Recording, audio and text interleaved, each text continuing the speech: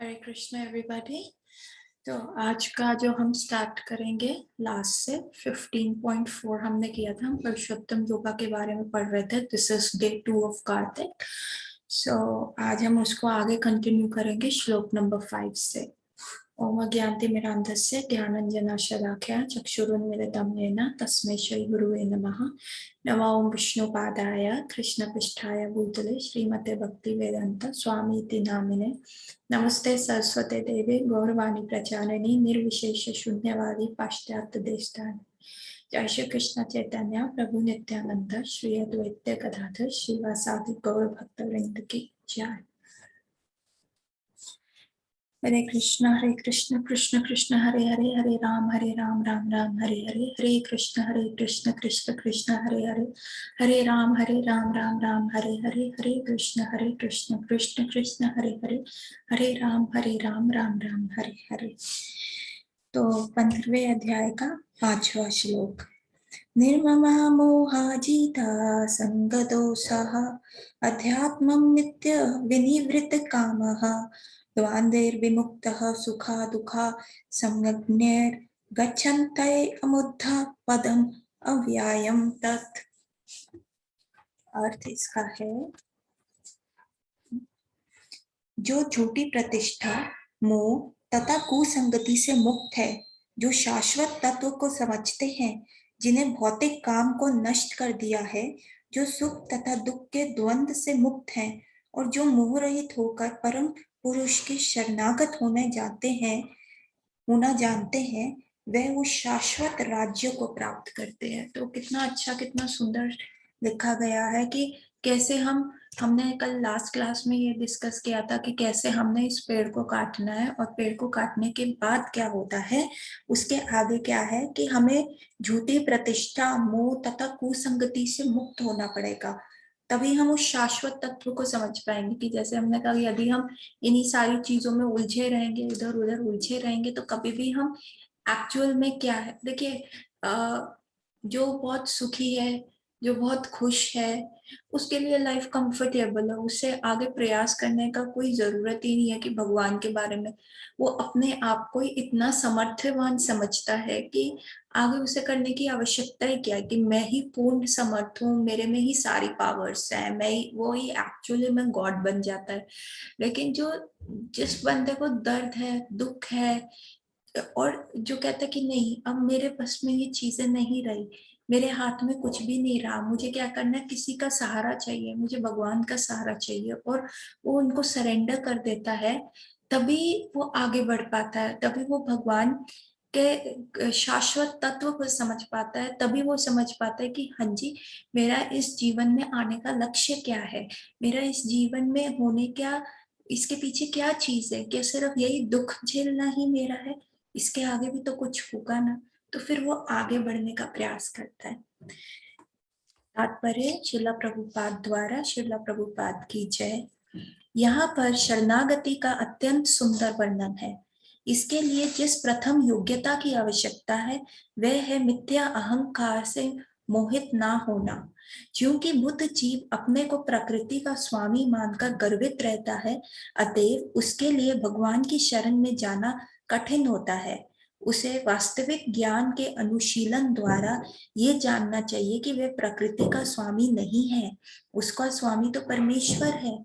जब मनुष्य अहंकार से उत्पन्न मोह से मुक्त हो जाता है, तभी शरणागति की प्रक्रिया प्रारंभ हो सकती है। जब मनुष्य ये सोचेगा ना कि हाँ, सिर्फ मेरी, अगर ये कहे देखो मेरे को मेरी वजह से जॉब मिली है, या मैं डॉक्टर हूँ तो देखो मैं कितने पेशेंट ठीक कर सकती हूँ, मैं जब ये अहंकार से हम मुक्त होएंगे, तभी हम किसी के अंडर सरेंडर हो सकते। सरेंडर का क्या मतलब है? Sir under the feet, lotus feet of Prabhu ji. Sir जो है आपने अंडर अपना, सरेंडर का मतलब है sir under the lotus feet of Krishna. जो व्यक्ति इस संसार में सदैव सम्मान की आशा रखता है, उसके लिए भगवान के शरणागत होना कठिन है। अहंकार तो मोह के कारण होते हैं, क्योंकि यद्यपि मनुष्य यहाँ आता है, कुछ काल तक रहता है और फिर चला जाता है, तो भी मूर्खतावश ये समझ बैठता है कि वह इस संसार का स्वामी है। इस तरह वह सारी परिस्थिति को जटिल बना देता है और सदैव कष्ट उठाता रहता है। सारा संसार इसी भ्रांत धारणा के अंतर्गत आगे बढ़ता है, मतलब इसी इल्यूजन के अंदर, इसी इसी मतलब वहम कह लो आप, वहम से, वहम का जैसे कहते हैं ना कोई इलाज नहीं है, तो हमें भी वहम हो जाता है कि हम ना यहाँ के किंग हैं, हम यहाँ के लॉर्ड हैं, जो हमने ये घर बनाए हैं, जो हमने ये जॉब किया है, ये सब हमारे ही मेहनत है, हम जैसा कोई मेहनती नहीं है। तो जब हम ऐसे मैं करते हैं, जब ये अहंकार रूपी हमारे अंदर आता है, तो कभी भी हम आगे बढ़ने का प्रयास नहीं कर पाएंगे, कभी भी हम आगे नहीं बढ़ पाएंगे, और ना कभी भगवान को हम सरेंडर कर पाएंगे। लोग सोचते हैं कि ये भूमि या पृथ्वी मानव समाज की है, और उन्हें भूमि का विभाजन इस मिथ्या धारणा से कर रखा है कि वह उसके स्वामी है। मनुष्य को इस भ्रम से मुक्त होना चाहिए कि मानव समाज ही इस जगत का स्वामी है।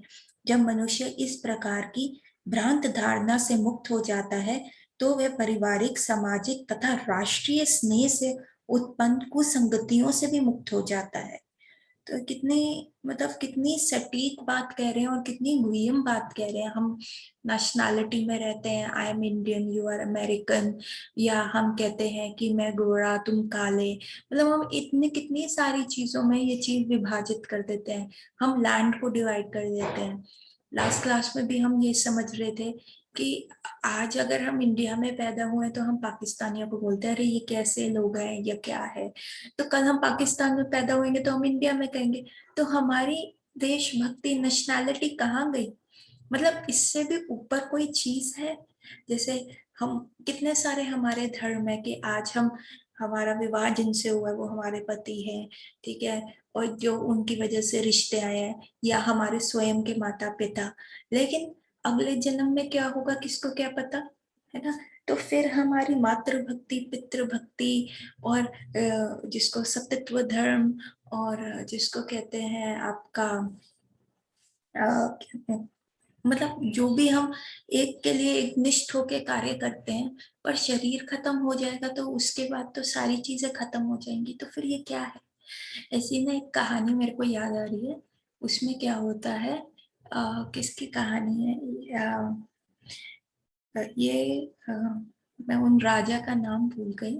उनका एक पुत्र होता है, बड़ी मुश्किल के बाद उनको एक पुत्र मिलता है, और जब उन्हें वो पुत्र मिल जाता है, उनकी इतनी मतलब 1000 रानियां होती हैं, और वो बड़े परेशान होते हैं, उनको पुत्र नहीं हो रहा होता ना, तो इसलिए वो हर बार किसी न किसी रानी से विवाह कर लेते हैं, और सोचते हैं कि अब मुझे पुत्र हो जाएगा। तो इतने सारे विवाह हो गए, अब वो बूढ़े भी हो रहे हैं, तभी वो सोच रहे हैं कि अब मैं क्या करूं, अब मैं किससे विवाह करूं, क्या करूं।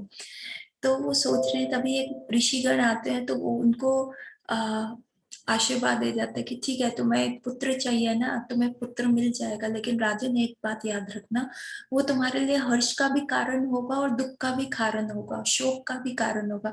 तो उसका नाम ना आप हर्ष शोक रखना। तो राजा कहता है ठीक है, पुत्र मिले तो सही, कोई बात नहीं, शोक होएगा तो देख लेंगे, कम से कम पुत्र का सुख तो मैं भोगूं। तो उसकी एक रानी के थ्रू उनको एक पुत्र होता है। अब वो पुत्र होता है तो राजा इतना खुश हो जाता है, इतना खुश हो जाता है कि सारा टाइम वो अपना जो है उस पुत्र के साथ व्यतीत करता है, और वही जिस रानी के थ्रू उनको वो पुत्र हुआ होता है, वो रानी उनकी फेवरेट रानी हो जाती है।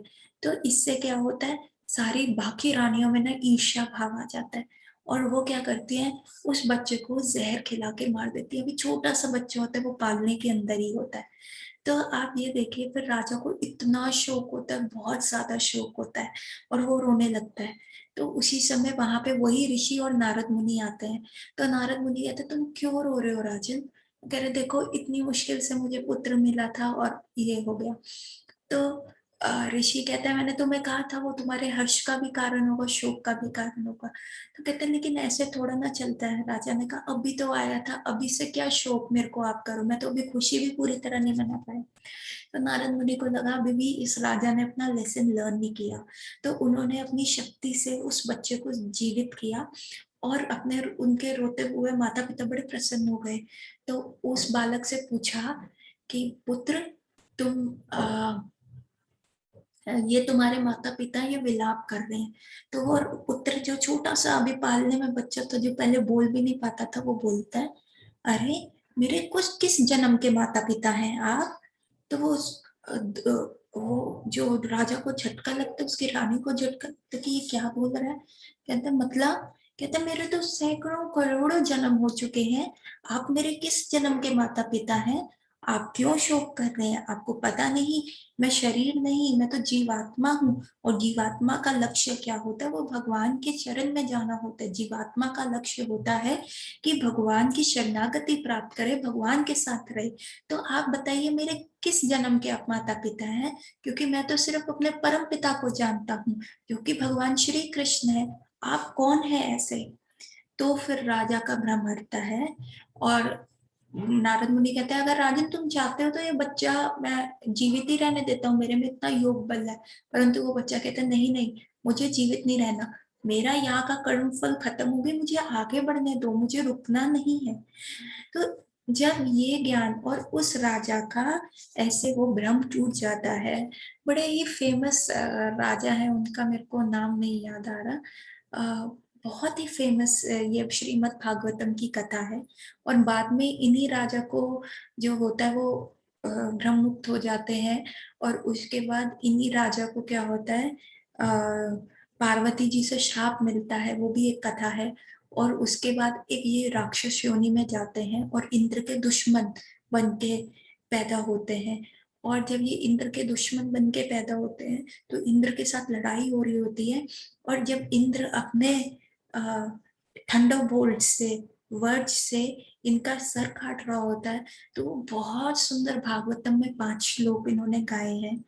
इतने सुंदर वो श्लोक है कि अगर उनको कोई कंठस्थ करके अपने लाइफ में अपना ले तो डेफिनेटली भगवान का मिलना बहुत आसान हो जाता है। मतलब श्रीमद् भागवतम ऐसी प्रेयर्स है, ऐसे लोगों के एग्जाम्पल हैं जो इतनी विपरीत परिस्थितियों में भी रहे। प्रहलाद महाराज है, उनका पिता उनको मारने का प्रयास कर रहा था। हमारी लाइफ में हल्की सी भी विपरीत परिस्थिति होती है, हमारी लाइफ में हल्का सा भी हमारे कोई रिलेशनशिप में प्रॉब्लम हो जाती है, या हमारे एकेडमिक लाइफ में कोई प्रॉब्लम हो जाती है, तो हम उसको इम्बाइब भी नहीं कर पाते, हम उसको अंदर रख ही नहीं पाते। और सबसे पहले क्या होता है, भगवान कुछ कर नहीं रहा, हमें भक्ति छोड़ देनी चाहिए। वृत्रासुर की जो प्रेयर्स थी, वो राजा बाद में वृत्रासुर बने, जिसको इंद्र ने मारने का प्रयास किया।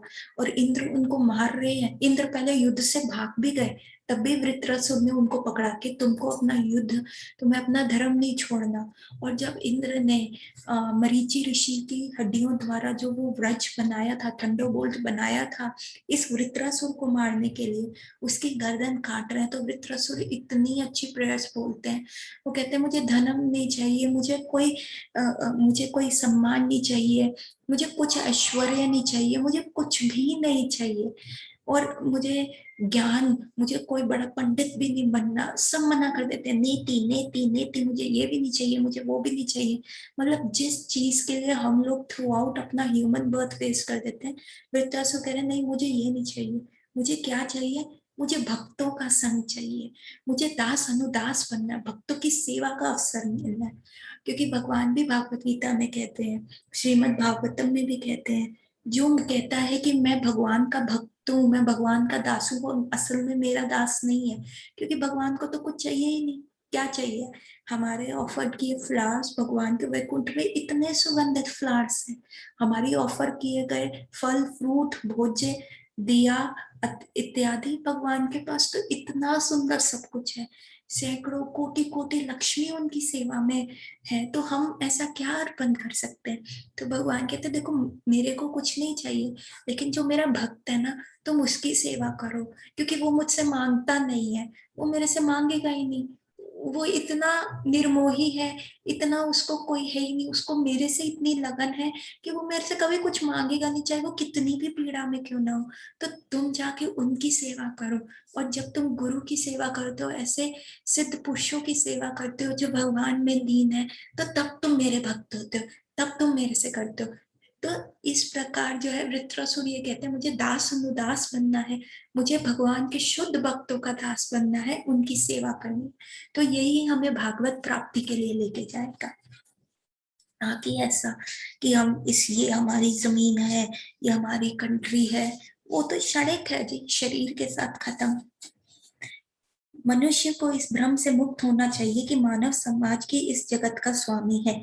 जब मनुष्य इस प्रकार की भ्रमित धारणा से मुक्त हो जाता है तो वह पारिवारिक, सामाजिक तथा राष्ट्रीय स्नेह से उत्पन्न कुसंगतियों से मुक्त हो जाता है। इसलिए इनको कुसंगति कहा गया। इट्स नॉट कि हम नेशनैलिटी के अगेंस्ट हैं, इट्स नॉट हम पेट्रियोटिज्म के अगेंस्ट है, हम इसके चीज के अगेंस्ट है कि शरीर के साथ संबंध मत करो। ठीक है, जो धर्म है, जो निमित्त धर्म आपको दिए गए हैं कि आपको एज अ वाइफ अपने हस्बैंड को सर्व करना है, एज अ किड आपको अपने पेरेंट्स को सर्व करना है, वो करना है क्योंकि बॉडी के साथ वो निमित्त, उनको निमित्त धर्म कहते हैं। लेकिन एक और धर्म होता है जिसको हम सनातन धर्म कहते हैं, इटर्नल धर्म कहते हैं, जो हमारी आत्मा के साथ चलता है, जो हमारी सोल के साथ चलता है, जो कभी चेंज नहीं होता। शरीर के होने ना होने से भी वो चेंज नहीं होता, और वो है हमें सच्चिदानंद भगवान की शरण में जाना है, क्योंकि हम भी सच्चिदानंद है। ठीक है, आगे हम पढ़ेंगे, बड़ा ही सुंदर है ये त्रुटिपूर्ण संगतियां ही हैं इस संसार को बांधने वाली। इस अवस्था के बाद उसे आध्यात्मिक ज्ञान विकसित करना चाहिए। उसे ऐसे ज्ञान का अनुशीलन करना होता है कि वास्तविक में उसका क्या है और क्या नहीं है। और जब उस वस्तुओं का सही सही ज्ञान हो जाता है तो वे सुख दुख हर्ष विषेद जैसे द्वंद्वों से मुक्त हो जाता है, वे ज्ञान में परिपूर्ण हो जाता है, और तब भगवान का शरणागत बनना संभव हो जाता है। ठीक है, कमिंग टू श्लोक नंबर 6। न तत्पश्यते सूर्यो न शंखो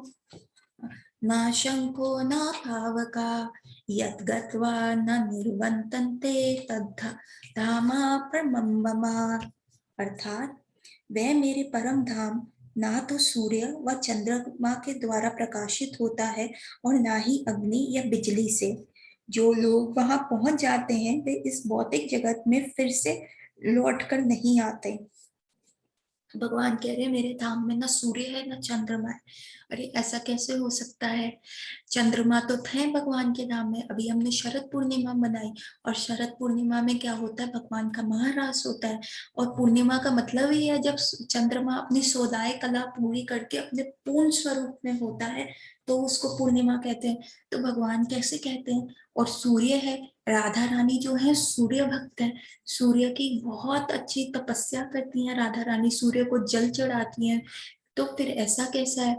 और गोपियों ने भी कात्यायनी व्रत रखा था, तो ऐसा कैसे भगवान कह सकते वहां कुछ भी नहीं है? तो यहाँ पे भी, हमारे यहाँ पे भी सूर्य चंद्र है, पर द डिफरेंस वहां पे और यहाँ पे ये है कि यहाँ का सूर्य और यहाँ का चंद्र ये आपकी आयु घटाता है। ये जो है आप एवरी डे जो पास है, यहाँ समय का कंसेप्ट है। ठीक है, आज जैसे अगर आप 10 साल के हैं तो आने वाले 10 साल के बाद आप 20 साल के होंगे, आपकी आयु बढ़ेगी। यहाँ टाइम का कंसेप्ट है, जो जन्म लिया है वो मृत्यु के उसमें जाएगा। तो ये सूर्य और चंद्रमा उस चीज को रिप्रेजेंट करता है। तो भगवान कृष्ण कह रहे हैं वहां पे ऐसे सूर्य चंद्र नहीं है, वहां सब शाश्वत है, वहां एब्सोल्यूट टाइम है, वहां का टाइम का कोई कंसेप्ट नहीं है, कोई बूढ़ा नहीं होता, कोई जिस एज पे है वो वहीं पे रहता है, वह जन्म नहीं है, वहां मृत्यु नहीं है। और जो ये सूर्य और चंद्रमा है, यहाँ के भी सूर्य चंद्रमा भगवान की जो बॉडी से निकलता है एफ्लुजेंस, जो भगवान की बॉडी से निकलता है तेज ओजस, उससे ही प्रकाशमान है। वहां पे भी वही है, पर वहां ये सूर्य और चंद्रमा भगवान की लीला में सहयोग है, सहयोग देते हैं। जैसे श्रीमती राधा रानी जब सूर्य कुंड में जाती हैं सूर्य देवता की पूजा करने, तो लीला करते हैं भगवान की, राधा रानी जा रही है वहां पे, तो भगवान श्री कृष्ण राधा रानी से मिलने जाते हैं। मधुमंगल को कहते हैं मधुमंगल, तुम ना जाओ वहां पे राधा रानी की पूजा कराओ। और भगवान भी एक ब्राह्मण का वेश धारण करके चले जाते हैं और कहते दिखाओ मैं तुम्हारी, और जो एक्चुअल ब्राह्मण जिनको राधा रानी ने हायर किया होता है कि आओ आप हमारी पूजा कराओ, उनको किडनैप करके उनके गांव भेज देते हैं, और जो खुद ब्राह्मण वेश धारण करके राधा रानी के साथ जाके उनके साथ पंगे लेते हैं और उनको कहते हैं देखो तुम्हारा जो तुम्हारा उद्धार तभी हो सकता है यदि तुम्हारे गांव में वो यशोदा नंदन है ना, जो तुम्हारा ब्रज का राजा बनेगा, उसका तुम सेवा सत्कार करोगी। और ये पंडित को तुम मधु, ये मेरा दोस्त है ये, इसको मोतीचूर के लड्डू खिलाओगी, मनोहर लड्डू खिलाओगी, तभी तुम्हारा जो होगा उद्धार होगा। और चंद्रमा कैसे होते हैं? चंद्रमा इसलिए होता है कि जैसे रास हो सके, जब शरद पूर्णिमा की रात्रि है तो ये सूर्य और चंद्रमा भगवान की लीलाओं में हेल्प करते हैं। सूर्य उदय होता है तो सारे गोप सखा जो होते हैं भगवान के साथ गोचरण के लिए जाते हैं, तो वो हमेशा सूर्य देवता को कहते रहते हैं, अरे सूर्य देवता आप आज हमने जो भी पुण्य किया आप ले लो, प्लीज आज आप ना 10 मिनट थोड़ा सा लेट अस्त होना, ताकि ना हम भगवान के साथ कृष्ण के साथ 10 मिनट और मस्ती कर सके। और वहां पे गोपियां कहती रहती हैं, हे चंद्रमा आप ऐसा कीजिए, जितना पुण्य हमने किया आप ले लो, आप ऐसा करो, आप ना आज ना 10-15 मिनट जल्दी उदय होना, ताकि भगवान गोचरण करके जल्दी आ जाए। तो देखिए कितना वहां पे रगात्मिक भक्त है, उनकी बस उनका सेंटर जो है ना भगवान है। और सूर्य चंद्रमा भी भगवान की लीलाओं में संयोग करने के लिए, वहां समय का कंसेप्ट नहीं है। यहाँ कहते हैं शास्त्रों में लिखा है, यदि आप भक्ति नहीं करते, यदि आप कुछ ऐसा नहीं करते, तो सूर्य जो है आपकी आयु चूस रहा है। सूर्य एवरी डे आपकी कुछ ना कुछ आयु लेता जा रहा है, और आप जो है मृत्यु रूपी सर्प के अंदर निगलते जा रहे हैं, निगलते जा रहे हैं, खोते जा रहे हैं। परंतु ऐसा नहीं है वहां पे। और भक्तों का इतना प्रेम सुन के ना, तो भगवान ने कहा ये गोपियां भी मेरे साथ 24 घंटे रहना चाहती है, ये गोप सखा भी, सब ब्रजवासी मेरे साथ 24 घंटे रहना चाहते हैं। तो तभी भगवान ने 7 दिन तक गोवर्धन अपने सर पे धारण किया, और सारे गोप सखा गोपियां सब भगवान को 7 डेज तक 24/7 भगवान को देख सके, उनका सानिध्य प्राप्त कर सके। तो जब हमने भी ऐसी तीव्रता आतुरता आएगी, तब हमें भी भगवान का सानिध्य मिलेगा। और ऐसा कैसे होगा? संग से रंग चढ़ता है। जब हम ऐसे भक्तों का संग करेंगे जिन्होंने ये स्वाद चखा हुआ है, जिनके आंखों में वो प्रेम का सूरमा लगा हुआ है, तो वो भगवान को उस प्रकार देख पाते हैं। तो जब हम ऐसे भक्तों का संग करेंगे तो संग से रंग चढ़ेगा, तो तब हमारे में भी वो आतुरता आएगी। तो हमें भगवान से प्रार्थना करनी चाहिए। हमें भगवान से क्या मांगना चाहिए? हमें भगवान से शुद्ध भक्तों का संग मांगना चाहिए। जब ध्रुव महाराज ने भी प्रार्थना करी थी, तो ध्रुव महाराज ने भी यही कहा था। जब भगवान उत्पन्न हुए, ध्रुव महाराज मांगने क्या गए थे? ध्रुव महाराज वहां से अपने राजा से भी बड़ा, अपने पिता के राज्य से भी बड़ा किंगडम मांगने गए थे। लेकिन क्या हुआ? जैसे ही भगवान को देखा, उन्होंने कहा अरे अरे, मैं तो शीशा मांग रहा था, हीरा तो मेरे सामने खड़ा है। हे ध्रुव महाराज ने कहा, हे भगवान विष्णु, कृपया कर मुझे अपने भक्तों का संग दीजिए। प्रहलाद महाराज ने भी यही मांगा कि कभी भी मैं शुद्ध भक्तों के, मतलब इतने उच्च कोटि के भक्त जिनके सम्मुख भगवान स्वयं प्रकट हो गए, वो भी यही मांग रहे हैं कि, और हम देखिए हम क्या छोटी टुच्ची चीजें मांग लेते हैं जो सिर्फ क्षणिक है, कि भगवान सुख दो, स्मृति दो, अच्छा घर दो, ये करो वो करो। मैं भी मंदिर में देखती हूँ छोटे छोटे बच्चे के बर्थडे होते हैं, तो मम्मी कहती है जाओ बेटे भगवान से मांगो। हम भगवान से मांगना क्यों सीखते हैं? भगवान ने ऑलरेडी हमें सब कुछ दे रखा है, वायु दे रखी है, भोजन दे रखा है, शरीर दे रखा है कि हम सारी चीजें कर पाए, अच्छे नेत्र हाथ सब दे रखा है। हम भगवान को थैंक यू बोलना क्यों नहीं सिखाते कि थैंक यू भगवान, आपने हमें इतना अच्छा दिया, थैंक यू भगवान, अब आप हमें भक्तों का संग दीजिए, ये मांगना चाहिए। तो बहुत बातें हो सकती है, बहुत चीजें आ सकती है, लेकिन अभी हमें ये भी पढ़ना है। तात्पर्य श्रील प्रभुपाद द्वारा, श्रील प्रभुपाद की जाए।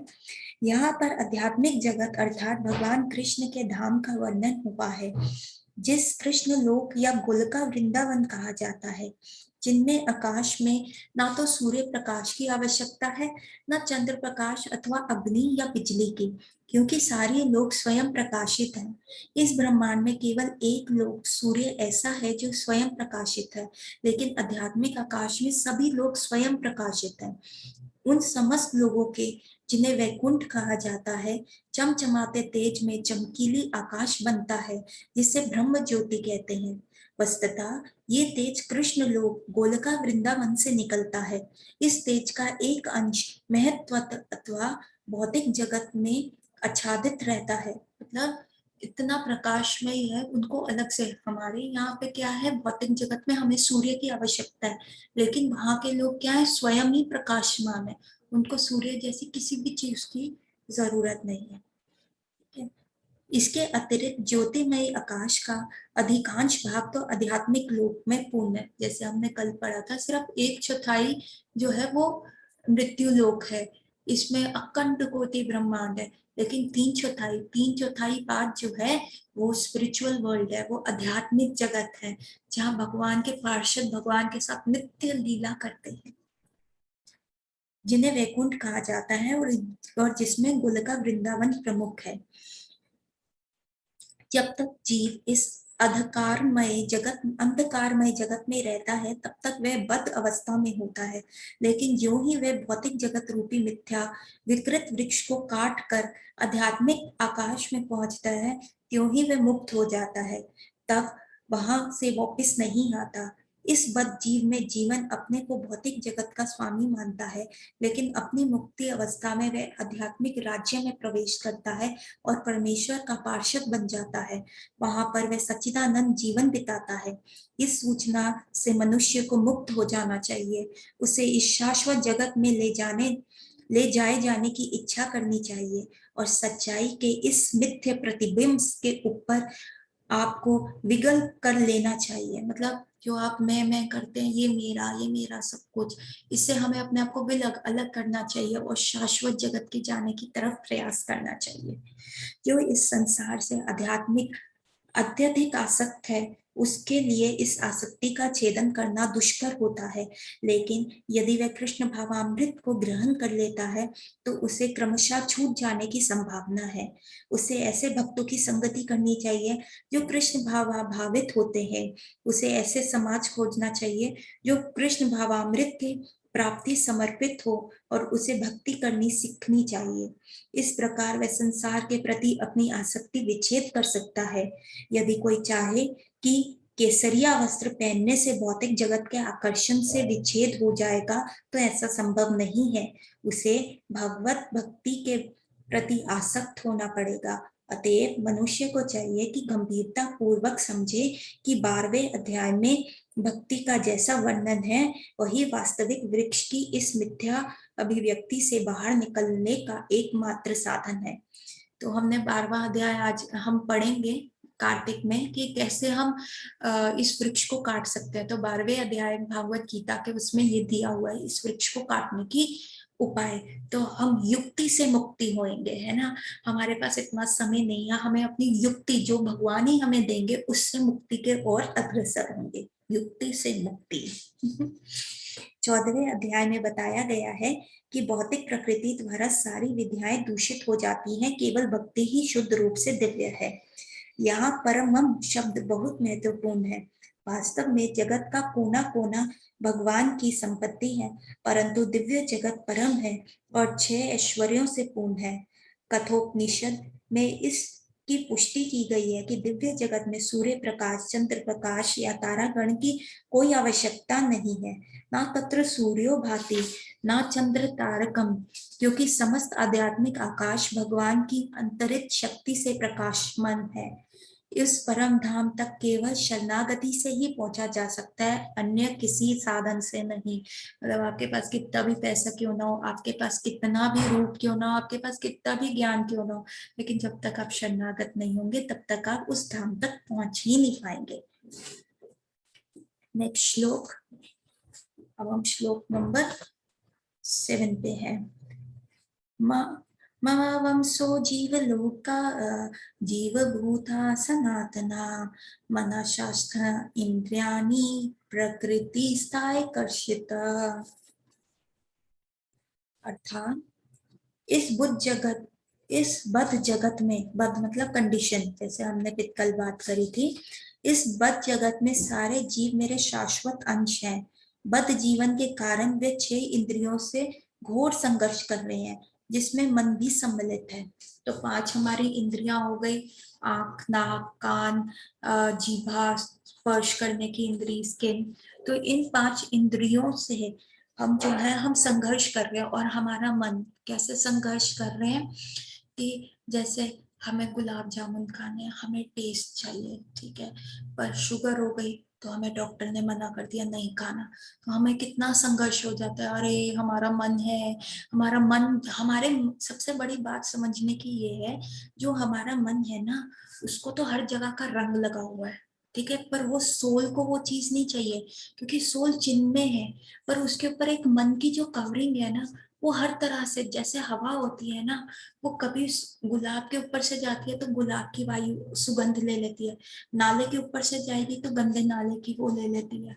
तो जो मन है ना, उसमें विचार आते हैं संग करने से। तो जो हमारा मन चाह रहा है वो जरूरी नहीं है कि हम भी वही चीज चाह रहे हो, हमारे सोल के लिए वो बेनिफिट है नहीं। अब छोटा बच्चा अगर कुछ चाह रहा है तो जरूरी नहीं है ना कि वो उसके लिए अच्छी हो। छोटा बच्चा कह रहे नहीं मुझे सड़क पे साइकिल चलानी है ट्रैफिक के बीच, तो हमें पता वो उसके लिए अच्छा नहीं है, उसके माता पिता को पता उसकी किस में अच्छाई है, तो वो तो वही करेंगे ना। उसी प्रकार हमारा जो मन है हमें भ्रमित करता है, हर चीज की तरह भ्रमित करता है। तो हम जो है ना संघर्ष ही करते रहते हैं, चाहे वो भौतिक जगत में, जैसे किसी को कोई डिसीज हो गया, उसको कहा ये सारी चीजें नहीं खानी, किसी को जैसे अल्कोहल एडिक्शन हो गया, ड्रग एडिक्शन हो गया, ठीक है, कितने सारे बच्चों के लिए पढ़ना जब बहुत इंपॉर्टेंट होता है, वो नेटफ्लिक्स की सीरीज में लगे हैं, उसका एडिक्शन हो गया कि बैक टू बैक पूरी सीरीज खत्म कर रहे हैं। तो ये जो एडिक्शंस होते हैं, जो ये सारी चीजें होती है, ये क्या करती है, हमें भ्रमित कर रही है और हम इनके साथ संघर्ष करते रहते हैं। अरे अगर सक्सेस, इवन भौतिक जगत में सक्सेस होने के लिए भी हमें थोड़ा तो प्रयास करना पड़ेगा ना। इस तात्पर्य शिला प्रभुपाद द्वारा, शिला प्रभुपाद की जय। इस श्लोक में जीव का स्वरूप स्पष्ट है। जीव परमेश्वर का सनातन रूप से सूक्ष्म अंश है।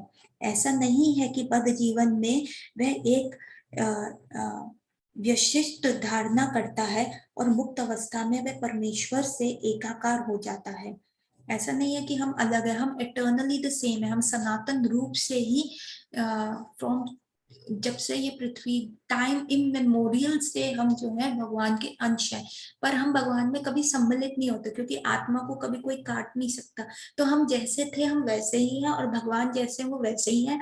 और मुक्ति का मतलब ये नहीं है कि हम भगवान के अंदर जाके मिल जाएंगे, क्योंकि आत्मा कभी भी आप आत्मा को क्या कहते हैं, डिसॉल्व भी नहीं कर सकते, है ना। हम ये पढ़ेंगे, हम सेकंड जब भागवत गीता का चैप्टर पढ़ेंगे तो हम ये सारी चीजें पढ़ेंगे, आत्मा की कैरेक्टरिस्टिक्स पढ़ेंगे। वह सनातन का अंश रूप है। यहाँ पर स्पष्ट सनातन कहा गया है। वेद वचन के अनुसार परमेश्वर अपने आप को असंख्य रूपों में प्रकट करके विस्तार करते हैं, जिसमें से व्यक्तिगत विस्तार विष्णु तत्व कहलाते हैं और गौण विस्तार जीव कहलाते हैं। दूसरे शब्दों में विष्णु तत्व निजी विस्तार स्वांश है और जीव विभिन्न अंश प्रतिकृत अंश है। मतलब एक भगवान कृष्ण का एक्सपांशन होता है वो विष्णु अंश कहलाते हैं। जैसे महाविष्णु हो गए, गर्भोदक्षाय विष्णु हो गए, क्षीरोदक्षाय विष्णु हो गए, राम जी का अवतार हो गया। तो जितने भी अवतार हैं ये भगवान के, ये सब विष्णु तत्व हैं, वो उसमें से आए, इनको सोमांश कहते हैं। और जो दूसरे तत्व हैं वो जीव, हम जो है भगवान के विभिन्नांश हैं। हम विष्णु तत्व नहीं है, और ना ही हम कभी भगवान बन पाएंगे, ना ही हम कभी विष्णु बन पाएंगे, ना ही हम कभी कृष्ण बन पाएंगे। आप इंद्र बन सकते हो, आप ब्रह्मा बन सकते हो, पर आप भगवान विष्णु नहीं बन सकते, ये कोई पदवी नहीं है। तो जीव जो है 78% तक ऊपर जा सकता है। अगर भगवान 100% है ना, तो जीव 70, ब्रह्मा जी का कितने गुण है उनमें 78% गुण है, तो जीव 78% तक जाता है। तो कभी भी ये मत सोचिए कि इतनी सारी क्वालिटीज आप में आ जाएंगी तो आप भगवान बन जाओगे, नहीं, ये भ्रम है, ये भी माया की चाल है। अपने स्वांश द्वारा वे भगवान राम, नरसिंहदेव, विष्णु मूर्ति तथा वैकुंठ लोक के प्रधान देवों के रूप में प्रकट होते हैं। विभिन्न अंश अर्थात जीव सनातन सेवक होते हैं। भगवान के स्वांश सदैव विद्यमान रहते हैं। इसी प्रकार से जीवों के विभिन्न अंशों को अपने स्वरूप होते हैं, मतलब हमारा भी वहां पे कोई स्वरूप है, हमारी भी वहां पे कोई कैटेगरी है, हमारी भी वहां पे कोई सेवा है, परंतु अभी हमें वो ज्ञात नहीं है। उसके लिए अभी हमें अपने आप को बहुत रगड़ना पड़ेगा उस पोजीशन, उस डेजिग्नेशन पे जाने के लिए, क्योंकि हमारी भी वो सेवा जो है इटर्नल है, सनातन है, टाइम इन मेमोरियल से हम वही चीज करेंगे। परमेश्वर के विनाश होने के कारण जीवों में भी उन्हीं की आंशिक गुण पाए जाते हैं, जिनमें से स्वतंत्रता एक है। जैसे भगवान कृष्ण स्वतंत्र है, जैसे हमने कहा अगर भगवान में 100% गुण है तो हमारे में 78% गुण है। तो क्योंकि हम भगवान जो पिता में होता है वही सारी चीजें जो होती हैं बच्चों में भी पाई जाती हैं। तो जैसे पिता खाता है वैसे ही बच्चों में भी देखा जाता है, पर बच्चे की अलग से अपनी इंडिविजुअलिटी होती है ना।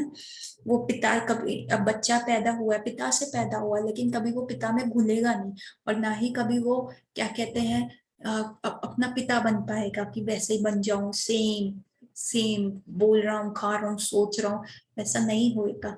तो उसकी एक इंडिविजुअलिटी है, हर इंडिविजुअल की एक इंडिविजुअलिटी जो है वो हमेशा मेंटेन रहेगी। प्रत्येक जीव का आत्मा रूप में है अपना व्यक्तित्व और सूक्ष्म स्वतंत्रता होती है। इसी स्वतंत्रता के दुरुपयोग से जीव बद्ध हो जाता है और उसके सही उपयोग से वह मुक्त बनता है। दोनों की ही अवस्थाओं में वह भगवान के समान ही सनातन होता है। मुक्त अवस्था में वह इस भौतिक अवस्था से मुक्त रहता है और भगवान की दिव्य सेवा में निरत रहता है।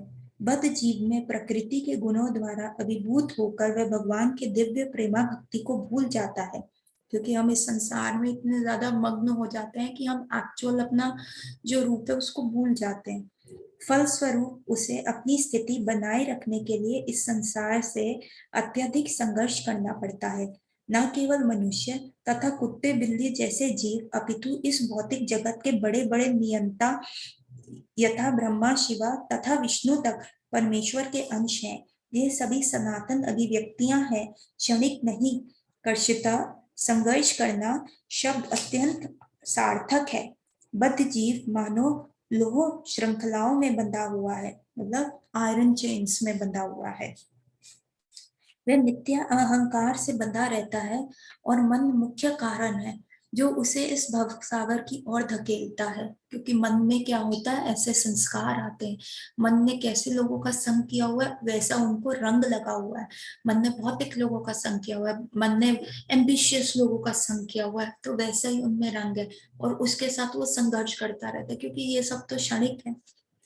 जब मन सतोगुण में रहता है तो उसके कार्यकाल अच्छे होते हैं, जब रजोगुण में रहता है तो उससे कार्य लाभ कष्टकारिक होते हैं, और जब वह तमोगुण में होता है तो वह जीवन के नियम निम्न योनियों में चला जाता है। निम्न योनियों मतलब बहुत नीचे की योनिया जो होती है उसमें चला जाता है।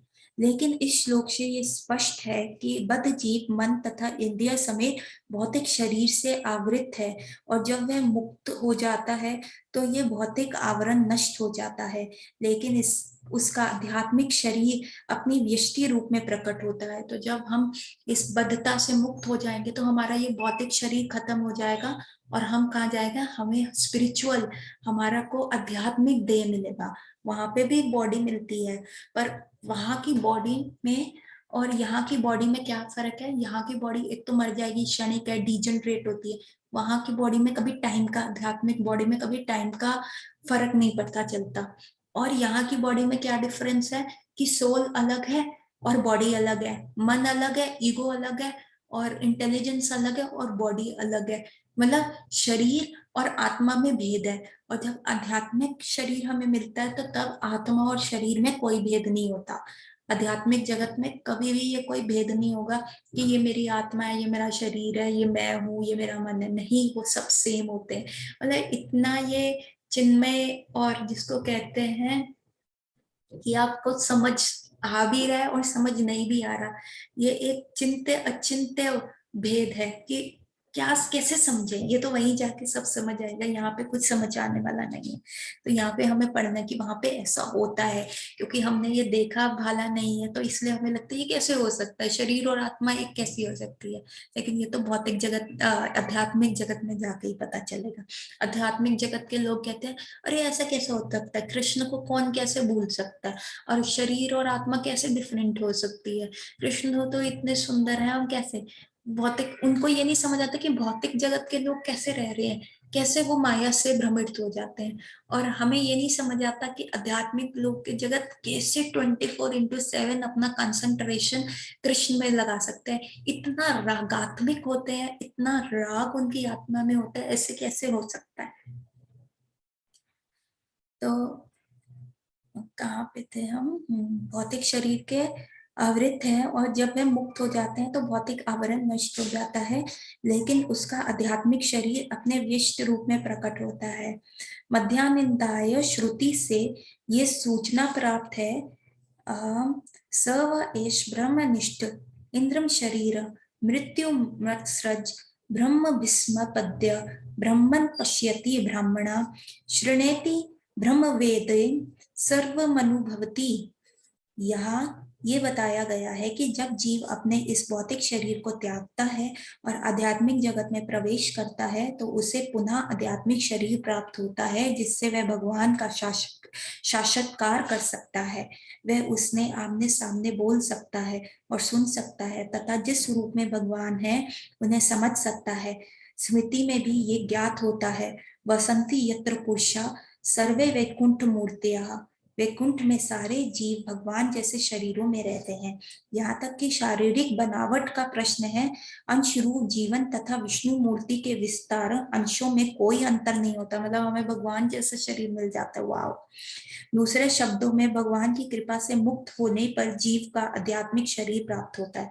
भगवान की कृपा से, दूसरे शब्दों में भगवान की कृपा से मुक्त मुक्त होने पर जीव को आध्यात्मिक शरीर प्राप्त होता है। भगवान की कृपा से मुक्त होने पर जीव, भगवान की कृपा प्राप्त करने पे जीव को जो है आध्यात्मिक शरीर प्राप्त होता है।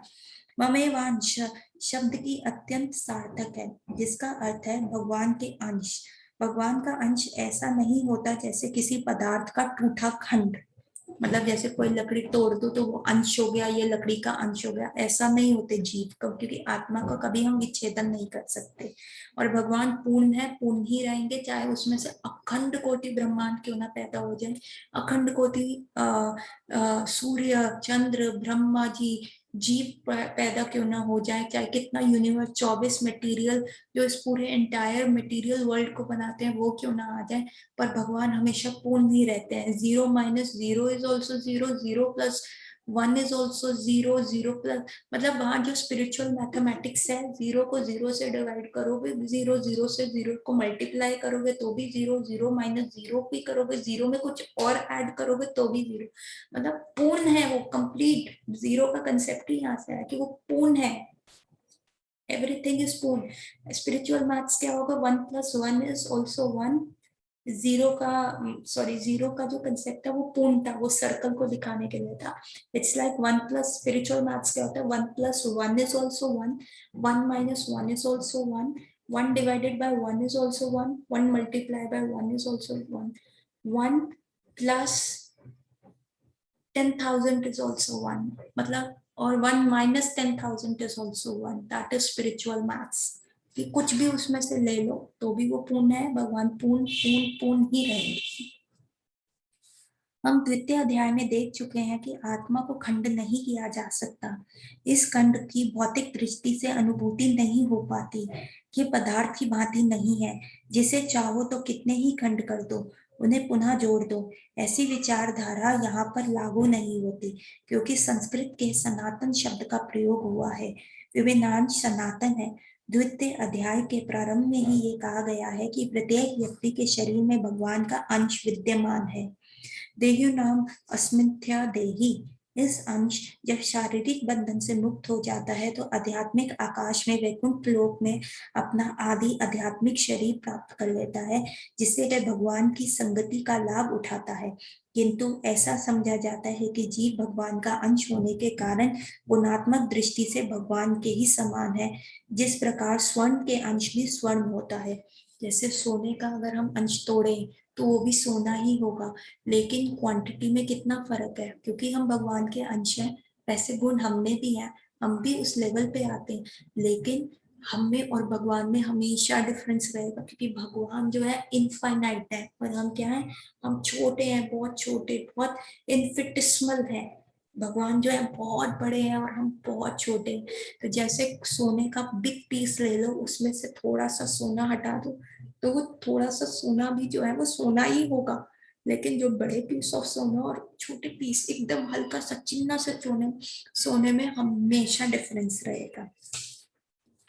8वें श्लोक हम पढ़ते हैं।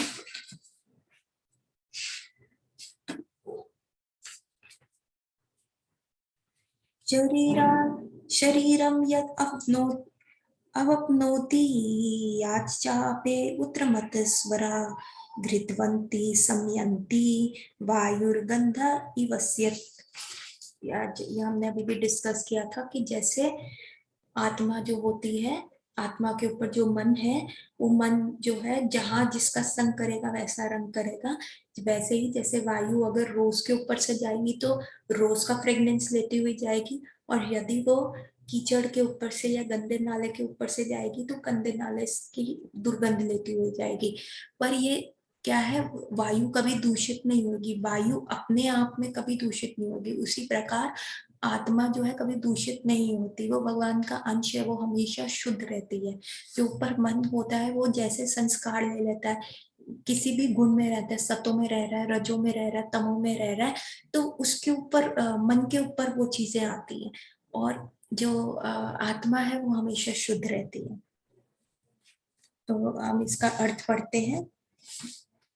इस संसार के जीव अपनी देहात्म बुद्धि को एक शरीर से दूसरे में उसी तरह ले जाते हैं जिस तरह वायु सुगंध को लेकर ले जाती है। इस प्रकार वे एक शरीर धारण करते हैं और फिर उसे त्याग कर दूसरा शरीर धारण करते हैं।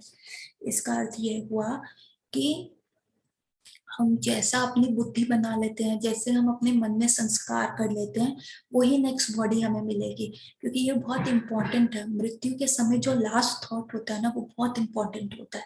अगर आपने लास्ट थॉट, और वो वही थॉट आएगा जो आपने थ्रू आउट लाइफ अपना कल्टिवेट किया होगा।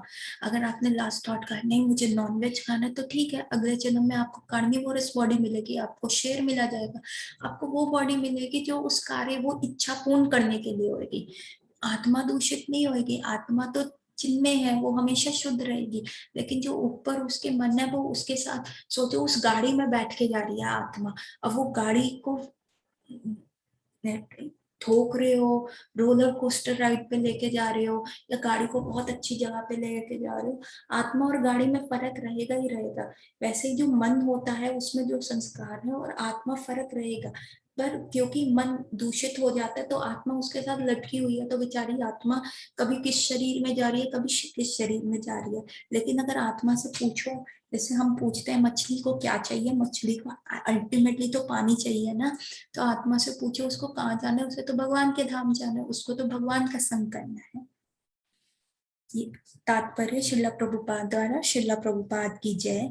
यहाँ पर जीव को ईश्वर अर्थात अपने शरीर का नियामक कहा गया है। यदि वह चाहे वह अपने शरीर को त्याग कर उच्चतर योनि में जा सकता है और चाहे तो निम्न योनि में जा सकता है। इस विषय में उसे थोड़ा स्वतंत्रता प्राप्त है।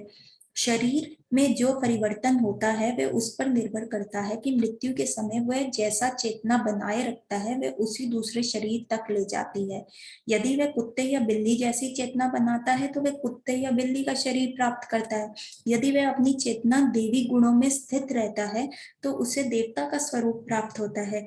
यदि वह कृष्ण भावामृत में होता है तो वह आध्यात्मिक जगत में कृष्ण लोक को जाता है, जहां उसका सानिध्य कृष्ण से होता है।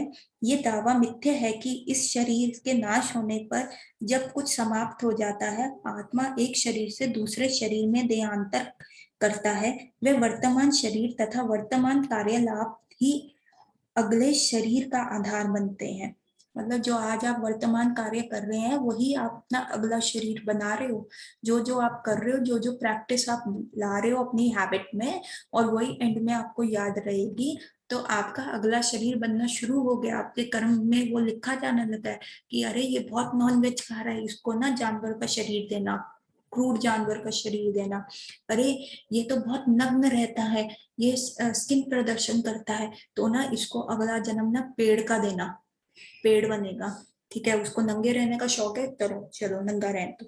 तो हमारा ये सब लिखा जा रहा है, और ये मैं नहीं कह रही, सॉरी, ये शास्त्रों में लिखा हुआ है।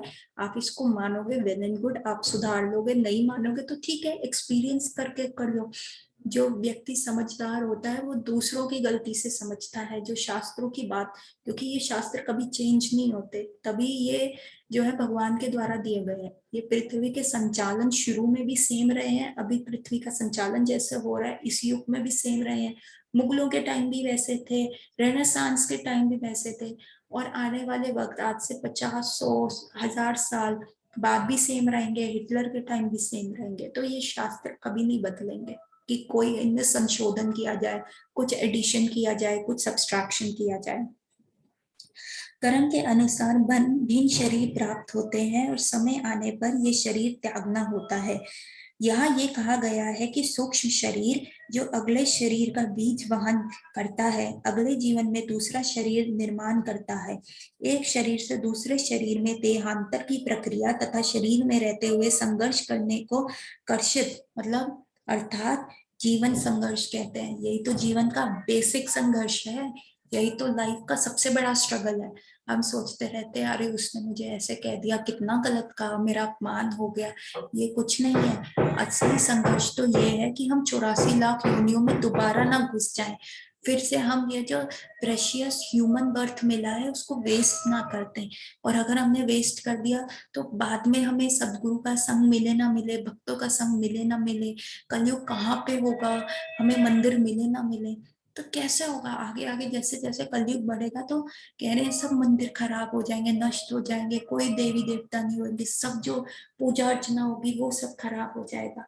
आज तो हमें ये सुलभ है, पर आज हम उनको नजरअंदाज कर रहे हैं। कार्तिक है, इतना इम्पोर्टेंट है, क्या हुआ, अगले साल आ जाएगा, उससे अगले साल आ जाएगा, अभी तो हमें जीना बरसों है। लेकिन ये ऐसी बुद्धि से हम कभी भगवान तक नहीं प्राप्त हो पाएंगे, जब तक हमें इमरजेंसी नहीं होगी, जब तक हमें अर्जेंसी नहीं होगी। अरे मृत्यु किसी भी क्षण आ सकती है, अरे मेरी प्रिपरेशन पूरी है, it's like a surprise test. Hi, student हमेशा करता रहा है मेरी प्रिपरेशन पूरी है कि नहीं पूरी, अगर सरप्राइज टेस्ट मैम ने ले लिया तो मेरे नंबर 0 तो नहीं आ जाएंगे। तो हमें भी वैसी अर्जेंसी और इमरजेंसी में रहना है कि अरे मेरी जो भक्ति है वो पूरी है कि नहीं, अगला मेरे को शरीर, उतने पैसे, उतने स्पिरिचुअल करेंसी मैंने कर दी है कि अगला जीवन भी मुझे मनुष्य का मिले और भक्तों के संग में मिले, वेद पाठन मेरा जहाँ पे होता रहे और मेरा हृदय का शुद्धिकरण होता रहे। ऐसा होगा कि नहीं होगा?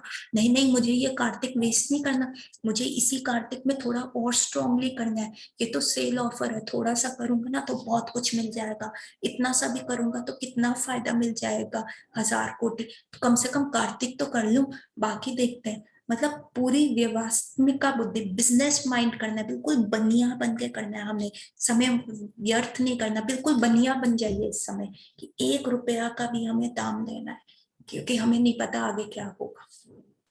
Coming to the श्लोक नंबर 9,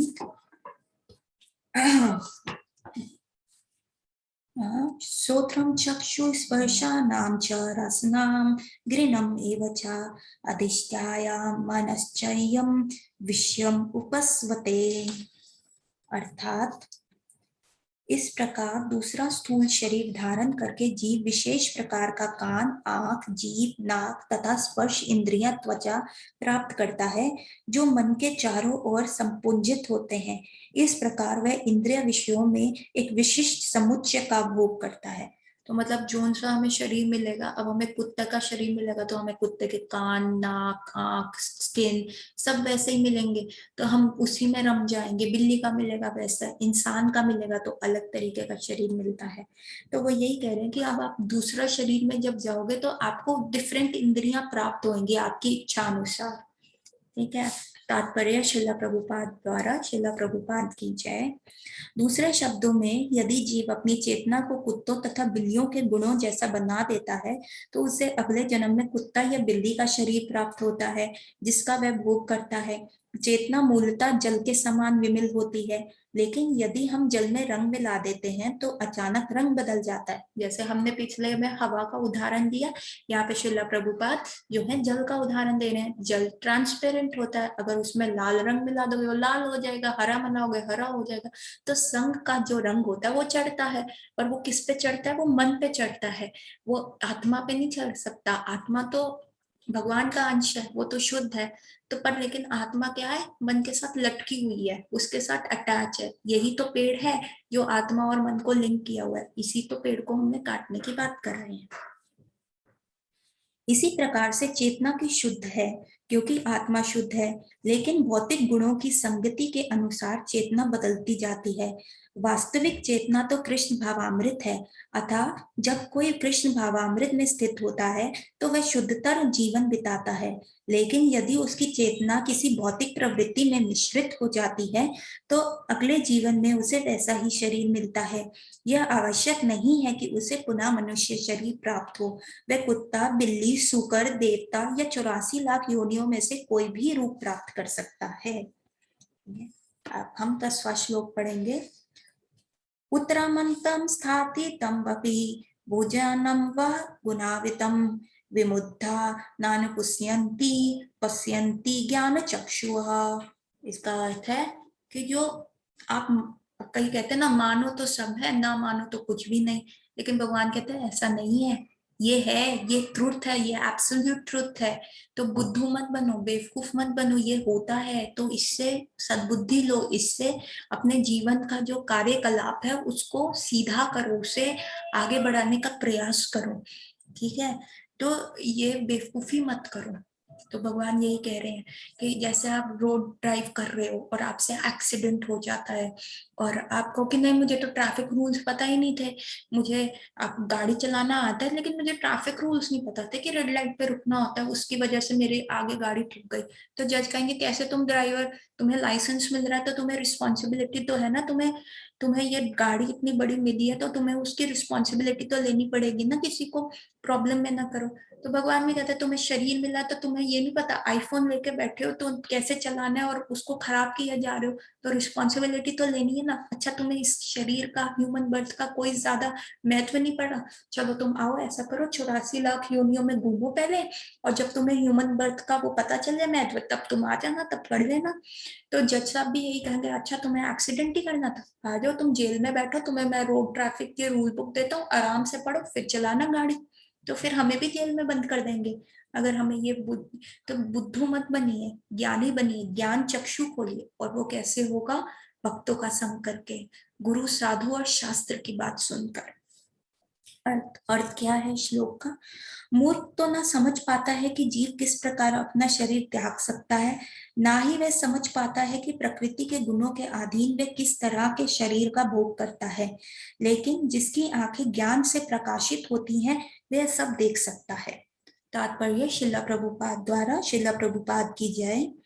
ज्ञान चक्षु शब्द अत्यंत महत्वपूर्ण है। बिना ज्ञान के कोई ना तो ये समझ सकता है कि जीव इस शरीर को किस प्रकार त्यागता है, और ना ही यह वह अलग जीवन में कैसे शरीर धारण करता है, करने जा रहा है, अथवा कि वह विशेष प्रकार के शरीर में क्यों रह रहा है। तो जो साइंटिस्ट होते हैं वो कहते हैं नहीं, this is only one thing ना, उनको ये नहीं पता कि कैसे री इनकारनेशन होता है। री इनकारनेशन का मतलब क्या होता है? कार्ना का मतलब होता है फ्लैश, मतलब शरीर। री इनकारनेशन का मतलब है दोबारा से उस शरीर के अंदर जाना, एक अलग शरीर में जाना है।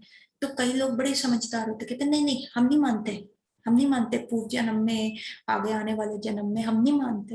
लेकिन आपके मानने न मानने से नहीं होता। पृथ्वी, प्रकृति का संचालन वैसे नहीं होता, जो उसके नियम है वो होगा। आपको कि भैया सूर्य उदय नहीं है आज, नहीं आज, आज सूरज नहीं होगा, अभी रात है, अभी रात है, अभी मुझे और सोने दो। अरे ऐसे नहीं चलेगा, सूर्य तो अपने समय पे ही उदित होगा। तो हमें ये सारी चीजें समझनी है। इसके लिए पर्याप्त ज्ञान की आवश्यकता होती है, जिसे प्रामाणिक गुरु से भागवत गीता तथा अन्य ऐसे ग्रंथों को सुनकर समझा जा सकता है। जो इन बातों को समझने के लिए प्रशिक्षित हैं, वे भाग्यशाली हैं। प्रत्येक जीव किन्हीं परिस्थितियों में शरीर त्यागता है, जीवित रहता है और प्रकृति के अधीन होकर भोग करता है। फलस्वरूप वह इंद्रिय भोग के भ्रम में नाना प्रकार के सुख दुख सहता रहता है। ऐसा व्यक्ति जो काम तथा इच्छा के कारण निरंतर मूर्ख बनते रहते हैं, अपने शरीर परिवर्तन तथा विशेष शरीर में अपने वास को समझने की सारी शक्ति खो बैठते हैं। वे उसे नहीं समझ सकते, किंतु जिन्हें आध्यात्मिक ज्ञान हो चुका है, वे देखते हैं कि आत्मा शरीर के भिन्न है और ये अपना शरीर बदलकर विभिन्न प्रकार के भोगता रहती है। ऐसे ज्ञान से युक्त व्यक्ति समझ सकता है कि इस संसार में बद्ध जीव किस प्रकार कष्ट भोग रहे हैं। अतएव जो लोग कृष्ण भावामृत में आध्यात्मिक आगे बढ़े हुए हैं, वे इस ज्ञान को सामान्य लोगों तक पहुंचाने में प्रयत्नशील रहते हैं, क्योंकि उनका बद्ध जीवन अत्यंत कष्टप्रद रहता है। उन्हें इसमें से निकलने के लिए कृष्ण भावान भावित होकर आध्यात्मिक लोक में जाने के लिए अपने आप को मुक्त करना चाहिए। श्लोक नंबर 11। यतन्तो योगिना चैनं पश्यन्ते आत्मना अवस्थितं, यन्तो अपि अक्रात्मनो मीनं पश्यन्ते अचेष्टाः। अर्थात आत्म साक्षात्कार को प्राप्त प्रयत्नशील योगी जन ये सब स्पष्ट रूप से देख सकते हैं, लेकिन जिनके मन विकसित नहीं है और जो आत्म साक्षात्कार को प्राप्त नहीं है, वे प्रयत्न करके भी ये नहीं देख पाते कि क्या हो रहा है। मतलब कितना हमें ज्ञान चाहिए इस सारी चीजों का साक्षात्कार करने के लिए। गुरु साधु शास्त्र का संग चाहिए, तभी हम इस ज्ञान को जो हम प्राप्त कर पाएंगे, तभी हम इस वृक्ष को देख पाएंगे और तब हम ये चीज समझ पाएंगे। जब तक हम प्रॉब्लम नहीं समझेंगे, तब तक हम उसका सोल्यूशन कैसे देखेंगे। तात्पर्य श्रील प्रभुपाद द्वारा। श्रील प्रभुपाद की जय। अनेक योगी आत्म साक्षात्कार के पथ पर होते हैं, लेकिन जो आत्म साक्षात्कार को प्राप्त नहीं है, वे ये नहीं देख पाता कि जीव के शरीर में कैसे कैसे परिवर्तन हो रहे हैं। इस प्रसंग में योगिना शब्द महत्वपूर्ण है। आजकल ऐसे अनेक तथाकथित योगी हैं और योगियों के तथाकथित संगठन हैं, लेकिन आत्म साक्षात्कार के मामले में वे शून्य हैं। वे केवल कुछ आसनों में व्यस्त रहते हैं और यदि उनका शरीर सुगठित तथा स्वस्थ हो गया है तो वे संतुष्ट हो जाते हैं। उन्हें इसके अतिरिक्त कोई जानकारी नहीं रहती। मतलब कि जो हम योग करते हैं, प्राणायाम की प्रक्रिया करते हैं, हम वो प्रक्रिया से भगवान को प्राप्त कर सकते हैं। योग मतलब हम भगवान, योग का मतलब क्या है, भगवान से मिल सकते हैं। लेकिन हम उसका क्या उपयोग करते हैं? हम सिर्फ उसको अपने रिंकल्स ना आए, ब्यूटीफुल रहे, बॉडी सुडोल रहे, बॉडी एकदम अच्छी रहे, सिर्फ वहीं तक सीमित रह जाते हैं। हम उसका आगे क्या करना है, आगे क्या हो सकता है, उसके बारे में हम सोचते ही नहीं। हम बस थोड़े में संतुष्ट हो जाते हैं। 100 रुपए में मैं बहुत सारी चीजें खरीद सकता हूँ, लेकिन 100 रुपए में बेवकूफ बन जाऊं और कोई मुझे ठग ले कि 100 रुपए में तुम्हें एक ही चीज मिलेगी, तो फिर तो ये बेवकूफी है ना। कितना इम्पोर्टेंट है, बहुत इम्पोर्टेंट है बिजनेस माइंड रखना, ये वास्तविक बुद्धि। जब तक हम एक गोल ओरिएंटेड नहीं होंगे, तब तक हम ये चल नहीं पाएंगे। वे यंतो प्राकृतात्मनः कहलाते हैं। यद्यपि मतलब वो सिर्फ अपनी बॉडी से रिलेटेड ही कहते हैं, वो आत्मा के रूप के बारे में नहीं सोचते कि इस सारी चीजों से हमें आत्मा भी मिल सकता, आत्मा का भगवान से मिलन भी हो सकता है, वो इस बारे में सोचते ही नहीं है। यद्यपि वे तथाकथित योग पद्धति का प्रयास करते हैं, लेकिन स्वरूप प्रसिद्धि नहीं हो पाते। ऐसे व्यक्ति आत्मा को देहांतर को नहीं समझ सकते। केवल वे ही ये सभी बातें समझ पाते हैं जो सचमुच योग पद्धति में रमते हैं और जिन्हें आत्मा, जगत तथा परमेश्वर की अनुभूति हो चुकी है। दूसरे शब्दों में, जो भक्ति योग है वे ही समझ सकते हैं कि किस प्रकार सब कुछ घटित होता है। जो भक्ति योगा करते हैं, जो अपने उस स्तर पे हैं, ज्ञान स्थित हैं, उनके ज्ञान चक्षु खुले हुए हैं, उन्हें ही पता है कि बेस्ट यूज क्या है इस बॉडी का। इसमें भ्रमित नहीं होना, यहीं पे रुकना नहीं है। जर्नी बहुत आगे है यारों, समय को क्या है सदुपयोग करो, रुको मत, थको मत, युक्ति से मुक्ति पाओ। इंटेलिजेंस यूज करो और मुक्ति पाओ। बिल्कुल बिजनेस माइंडेड हो जाओ कि हाँ मुझे बिल्कुल गोल ओरिएंटेड। जैसे बच्चा होता है ना, जैसे किसी को डॉक्टर बनना होता है, सब छोड़ देता है, अरे डॉक्टर बन के करेंगे ना, अरे जब हम भगवान के जगत पहुंच जाएंगे तो वहां ऐश करेंगे, वहां कंप्लीट मस्ती होगी, सब कुछ होगा वहां पे। पर पहले वहां के लिए मेहनत तो करो, वहां तक पहुंचना भी तो है। श्लोक नंबर 12। यददित्या गतं तेजो जगत भास्यते अखिलम यच्चंद्रमास्मि यच्चग्नौ तत्तेजो विधिं ममाकम। अब ये भी भगवान ने पहले ही बता दिया कि चंद्र सूर्य जो हमने पहले डिस्कस किया है कितना इंपॉर्टेंट है। भगवान बार बार ऐसा क्यों कह रहे हैं? क्योंकि ये मोस्ट इंपॉर्टेंट थिंग है। शास्त्रों में कोई चीज रिपीट की जाती है तो इसका मतलब है कि ये बहुत इंपॉर्टेंट है। टीचर भी जब स्टूडेंट को पढ़ा रहा होता है वो कहता है ये इंपॉर्टेंट क्वेश्चन है, इसको लिख लो, आप ये एग्जाम में जरूर आएगा। तो ये बार बार भगवान भी इसलिए रिपीट कर रहे हैं कि ये एग्जाम में, फाइनल एग्जाम जो डेथ का है, ये उसमें जरूर आएगा। सूर्य का तेज जो सारे विश्व के अंधकार को दूर करता है मुझसे ही निकलता है। चंद्रमा तथा अग्नि का तेज भी मुझसे उत्पन्न होता है। तात्पर्य शिला प्रभुपाद द्वारा। शिला प्रभुपाद की जय। अज्ञानी मनुष्य ये नहीं समझ पाता कि ये सब कुछ कैसे घटित है, लेकिन भगवान ने यहाँ पर जो कुछ बतलाया है उसे समझकर ज्ञान प्राप्त किया जा सकता है। प्रत्येक व्यक्ति सूर्य, चंद्रमा, अग्नि तथा बिजली देखता है। उसे ये समझने का प्रयास करना चाहिए कि चाहे सूर्य का तेज हो या चंद्रमा, अग्नि अथवा बिजली का तेज, ये सब भगवान से ही अद्भुत है। कृष्ण भावामृत का प्रारंभ इस भौतिक जगत के बद्ध जीवों को उन्नति करने के लिए काफी अवसर प्रदान करता है। जीव मूलतः परमेश्वर के अंश हैं और भगवान यहाँ पर इंगित कर रहे हैं कि जीव किस प्रकार भगवत धाम को प्राप्त कर सकते हैं। तो भगवान बता रहे हैं अच्छा तुम अपने आप को देख के नहीं समझ पा रहे ना, तो कम से कम सूर्य को देख के समझ लो, चंद्रमा को देख के समझ लो कि हाँ सूर्य है तो ये कहाँ से आया, ये पृथ्वी कहाँ से आई, ये कैसे है। अरे तुम किसी चीज को तो देख के एक्सपीरियंस करो। मैं कितना लॉजिकल रीजनिंग दे रहा हूँ तुम्हें ये समझाने के लिए कि जहां तुम फंसे हुए हो वही सारी चीजें नहीं है, इससे आगे बढ़ना है। यहीं पे फंसे रह गए तो आगे के जन्म भी खराब है। तो मैं तुम्हें लॉजिक से समझा रहा हूँ कि सूर्य को देखो, ये भी मेरे प्रकाश से है, चंद्रमा को देखो, अग्नि को देखो, इलेक्ट्रिसिटी देखो, सब मेरे से ही तो आ रहे हैं। इस श्लोक से हम ये समझ सकते हैं कि सूर्य संपूर्ण सौर मंडल को प्रकाशित कर रहा है। ब्रह्मांड अनेक है, सौर मंडल भी अनेक है, सूर्य, चंद्रमा तथा लोक भी अनेक है, लेकिन प्रत्येक ब्रह्मांड में केवल एक सूर्य है। भागवत गीता में कहा गया है कि चंद्रमा भी एक नक्षत्र है। नक्षत्रा माहम शशि। सूर्य का प्रकाश परमेश्वर के आध्यात्मिक प्रकाश में आध्यात्मिक तेज के कारण है। कि सूर्य का प्रकाश भी जो है भगवान के तेज के कारण है। सूर्य उदय के साथ ही मनुष्य के कार्य लाभ प्रारंभ हो जाते हैं। वह भोजन पकाने के लिए अग्नि जलाता है, फैक्ट्रियां चलाता है, फैक्ट्रियों के लिए भी अग्नि चलाता है। अग्नि की सहायता के अनेक कार्य किए जाते हैं। अतएव सूर्योदय, अग्नि तथा चंद्रमा की चांदनी जीवों को अत्यंत सुहावने लगते हैं।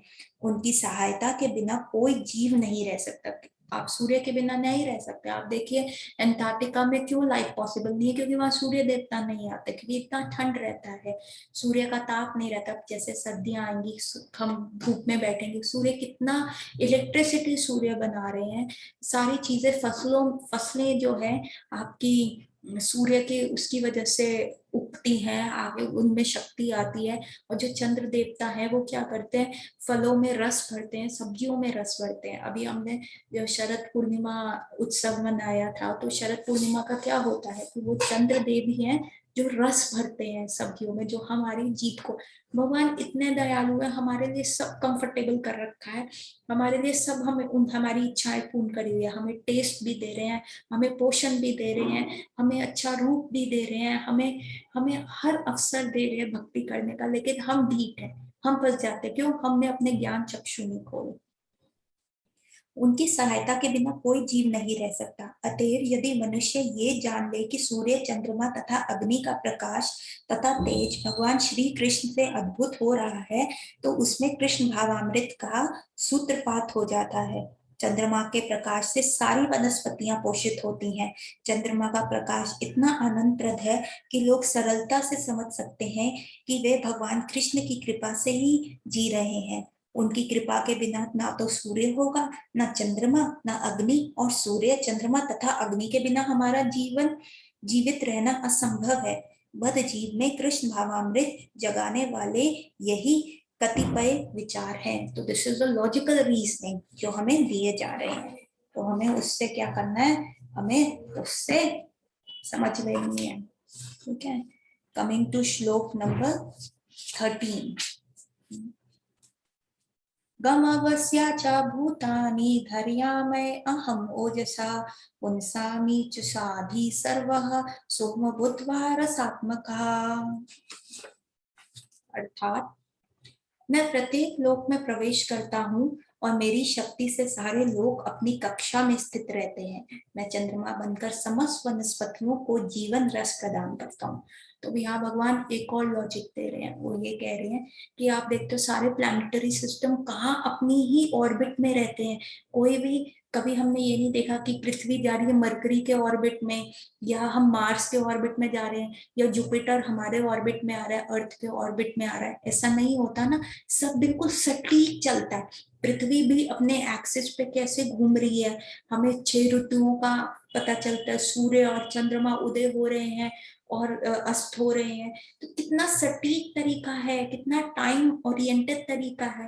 तो ये कैसे होता है? भगवान कहते हैं मेरे डर से हो रहा है। ये जो वायु चल रही है ना, ये भी मेरे डर से चल रही है। और ये चंद्रमा की जो शक्ति आ रही है ना, ये भी मुझसे आ रही है। तो भगवान एक और लॉजिक दे रहे हैं कि अरे तुम कुछ तो सीखो, कुछ तो देखो। तात्पर्य शिला प्रभुपाद द्वारा, शिला प्रभुपाद की जय। ऐसा ज्ञात है कि सारे लोग केवल भगवान की शक्ति से वायु में तैर रहे हैं। भगवान प्रत्येक अणु, प्रत्येक लोक तथा प्रत्येक जीव में प्रवेश करते हैं। इसकी विवेचना ब्रह्म संहिता में की गई है। उसमें कहा गया है परमेश्वर का एक अंश परमात्मा लोकों में, ब्रह्मांड में, जीव में तथा अणु तक में प्रवेश करता है। अतएव अनेक उनके प्रवेश करने के प्रत्येक वस्तु ठीक से दिखती है। मतलब भगवान even in smallest of atom में भी भगवान आते हैं। ठीक है, भगवान हर चीज में, जैसे वो महाविष्णु के फॉर्म में होते हैं, वो गर्भोदय विष्णु के फॉर्म में अखंड कोटि ब्रह्मांड में प्रवेश करते हैं, और जीव के अंदर परमात्मा रूप में शिरोदक्षाई विष्णु के रूप में प्रेजेंट होते हैं, और ईच एंड एवरी एटम में वो प्रेजेंट होते हैं। ऐसा श्वेत उपनिषद में लिखा गया है कि हम बहुत बार ये उदाहरण पढ़ेंगे कि हमारे जो शरीर में जो हृदय का जो हार्ट रीजन होता है, वहां पे 2 पक्षी बैठे हैं। उनको कंपेयर किया गया, आत्मा और परमात्मा को ना 2 पक्षियों से कंपेयर किया गया। तो एक पक्षी जो है वो फल खाने में, जो है दोनों पक्षी ना बेस्ट फ्रेंड है, और दोनों कभी एक दूसरे का साथ छोड़ते नहीं है। पर एक पक्षी जो है ना बहुत बिजी है, फल खाने में ही बिजी है कि मैं ये खा लूं, फल खाऊं, फल खाऊं, जो भगवान का है ये सब फल मैं खाऊंगा, कि मेरे को ये भी भोग करना है। वो हमारी आत्मा है। और जो भगवान है, जो परमात्मा की फॉर्म है, वो विटनेस कर रहे हैं ये क्या हो क्या रहा है, ये कैसे चल रहा है, ये कब, ये कैसे कर कैसे रहे हैं, सब क्या हो रहा है। तो वो जो है वो परमात्मा है, जो वो वो विटनेस करते हैं। पर यदि हम शुक्र की बॉडी में भी जाएंगे, पिग की बॉडी में भी जाएंगे, तो भी वो एज अ बेस्ट फ्रेंड वो हमारे साथ चलेंगे। यदि हम पक्षी बनेंगे, चाहे हम स्नेक बने, चाहे हम लिजर्ड बने, भगवान ने कभी हमें त्यागते, हमारा बेस्ट फ्रेंड हमें कभी नहीं त्यागता। अरे है चीची तू पिग बन रहा है, मैं नहीं जाता, मैं नहीं जाता, वो ऐसे नहीं कहते। या तुम लिजर्ड बन रहे हो, स्नेक, अरे this is below my standard, मैं नहीं जाऊंगा, मैं नहीं जाऊंगा। भगवान इतने दयामय है, इतना करुणामय है कि वो हमारे साथ एज अ बेस्ट फ्रेंड हमेशा चलते हैं। और जब जीव ये सारी चीजें छोड़ देता है, हम क्या हुए, भगवान से विमुख हो गए हैं। हमने भगवान से मुख उधर कर लिया, इसलिए हम ये सारे फल और इंजॉय करने की मेंटालिटी में रह रहे हैं। यदि हम भगवान के सम्मुख हो जाएंगे, उनके प्रति हम अपना फेस टर्न कर लेंगे, तो क्या होगा, तो हमें हमें उनका ज्ञान मिलेगा, तब हमारे बेस्ट फ्रेंड की जो बेस्ट एडवाइस हमें मिलेगी, तब हम वो पालन करके उसके साथ हमेशा इंजॉय करेंगे, चिल पिल लेंगे, खेलेंगे कूदेंगे गाएंगे। कहते हैं स्पिरिचुअल वर्ल्ड में every word is a song, वहां पे शब्द नहीं बोले जाते, वहां सिर्फ गाना चलता है, म्यूजिकल चलता है, और every step is a dance. वहां लोग चलते नहीं है, डांस करते हुए जाते हैं। तो मतलब आप इमेजिन करो कि कैसा होगा। It's very difficult to imagine, वो तो वहीं जाके पता चलेगा। तो हम कहते हैं जब आत्मा होती है तो जीवित मनुष्य पानी में तैर सकता है, लेकिन जब जीवित स्फुलिंग इस देह से निकल जाता है तो शरीर मृत हो जाता है और शरीर डूब जाता है। तो हम यही देखते हैं ना कि there is a difference between a dead body and a living body. Dead body में क्या एक फर्क है, वही आंख पैर नाक कान हाथ सब तो होते हैं डेड बॉडी में भी, पर वो आत्मा नहीं होती। और वो आत्मा को शक्ति कहाँ से मिलती है, उसके बेस्ट फ्रेंड से, परमात्मा जो हमारे साथ चलते हैं। निसंदेह सड़ने के बाद ये शरीर तिनकी की तथा अन्य वस्तु के समान तैरता है, लेकिन मरने के तुरंत बाद शरीर पानी में डूब जाता है। इसी प्रकार से सारे लोग शून्य में तैर रहे हैं, और ये सब उसमें भगवान की परम शक्ति के प्रवेश के कारण है। उनकी शक्ति प्रत्येक लोग को उसी तरह थामे रहती है जिस प्रकार धूल को मुट्ठी, मतलब अगर मिट्टी को आप मुट्ठी में बंद कर लोगे तो वो आप थामे रहोगे, तो उसी प्रकार ये सारे जो ब्रह्मांड है ना, जो शून्य में घूम रहे हैं, वो एक्चुअली भगवान की मुट्ठी में घूम रहे हैं। और अगर भगवान मुट्ठी छोड़ दें तो वो ऐसे ढह करके गिर जाए। जैसे हम मिट्टी को अगर मुट्ठी में पकड़ लेते हैं तो मिट्टी जो है वो स्थिर रहेगी हमारी मुट्ठी में, लेकिन जैसे ही हम उसको यूं करके उड़ाते हैं तो वो क्या होती है, हवा में गिरना शुरू कर देती है। मुट्ठी में बंद रहने पर धूल के गिरने का भय नहीं रहता, लेकिन यूं ही धूल को वायु में फेंक दिया जाता है, वह नीचे गिर पड़ती है। इसी प्रकार से ये सारे लोग जो वायु में तैर रहे हैं, वास्तव में भगवान के विराट रूप की मुट्ठी में बंद हैं।